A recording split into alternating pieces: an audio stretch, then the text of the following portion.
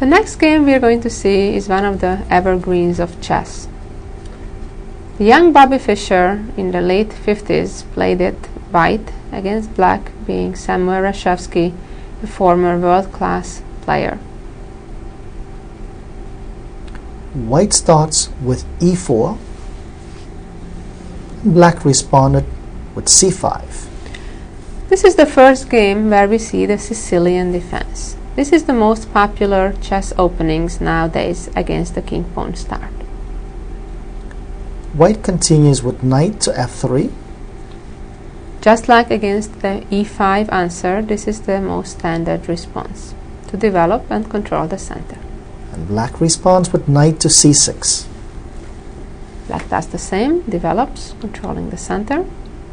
And white plays d4. And again, that's the most standard move to gain presence even more in the center for white. C takes d4. This trade is usually automatic. And white captures a pawn back with a knight. And here black plays g6. This is the so-called accelerated dragon variation. Black has numerous other choices, developing the bishop on the other diagonal or the knight first, but let's just stay with this move for this game. And white continues the development with knight to c3. Again, very standard, good developing move. Bishop g7. With this bishop development, black right away attacks the white knight at d4, a second time.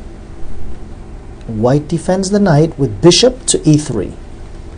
White accomplishes two things with this move, continues developing another minor piece as well as protect the knight. Knight to f6. So far both sides are doing the right thing, developing their minor pieces one by one. White continues with bishop to c4. And white developed the final minor piece, clearing the way to castle. And black appropriately castles. So far, everything on plan, both are doing the right thing. Bishop to b3. This is the best move in this position. There are some interesting tricks that actually Bobby Fischer as black developed. The natural move f3 that a lot of people play in this position would be a mistake, because the black queen quickly appears on b6 using the unprotected two pieces on e3 and b2. After this pawn is being attacked and when white protects it, black has some choices to create a discovery by either taking a pawn or moving to g4 and then ruin white's pawn structure.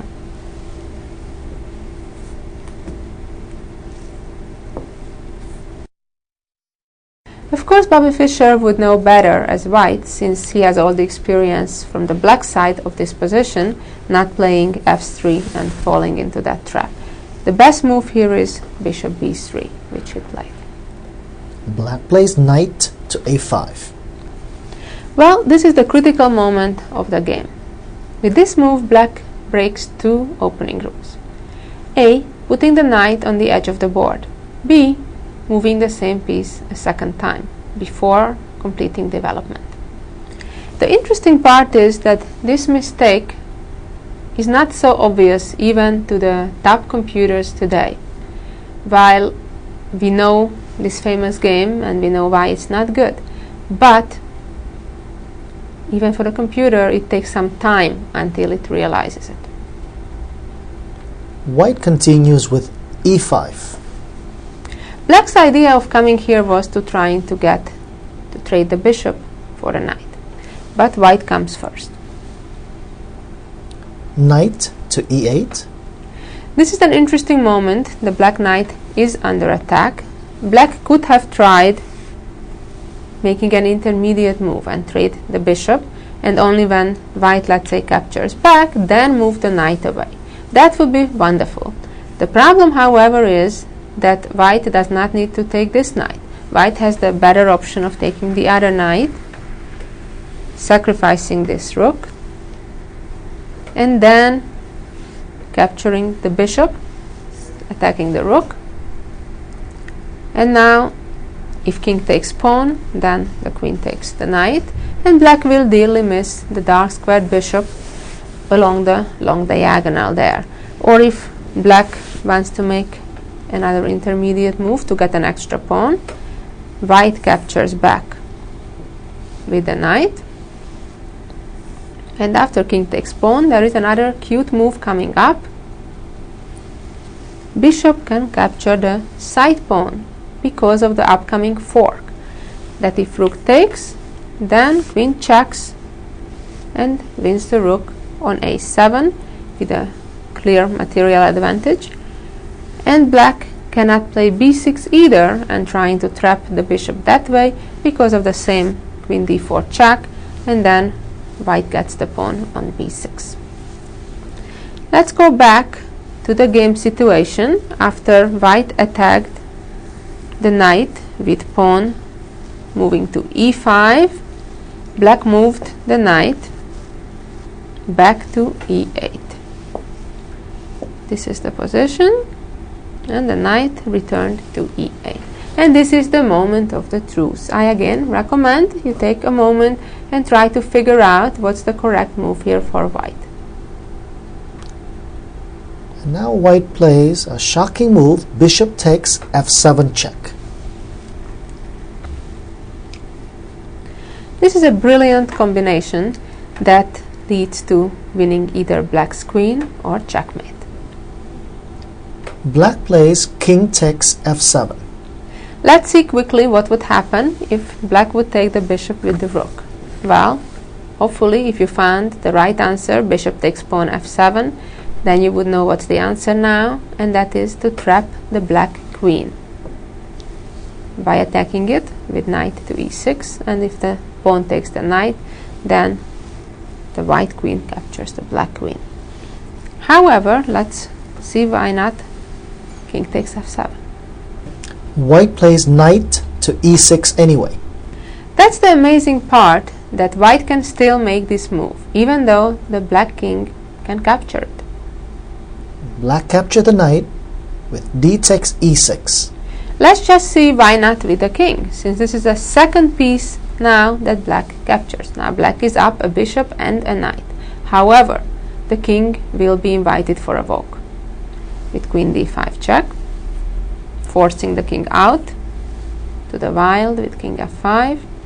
And now the best move is forcing the king out even more with g4, sacrificing another pawn with the purpose to activate our sleeping rook in the corner.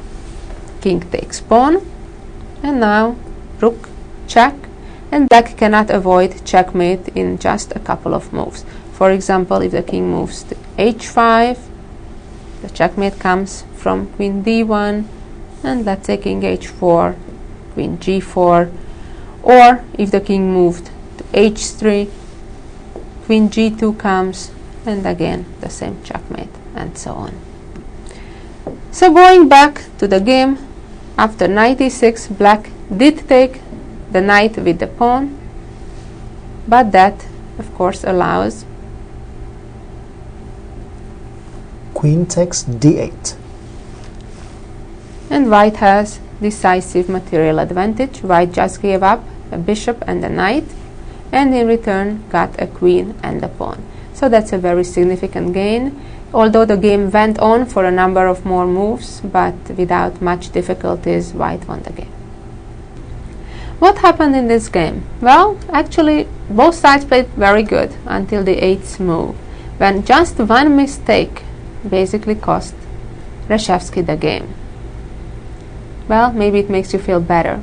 Even the most famous known players make mistakes sometimes and lose quickly.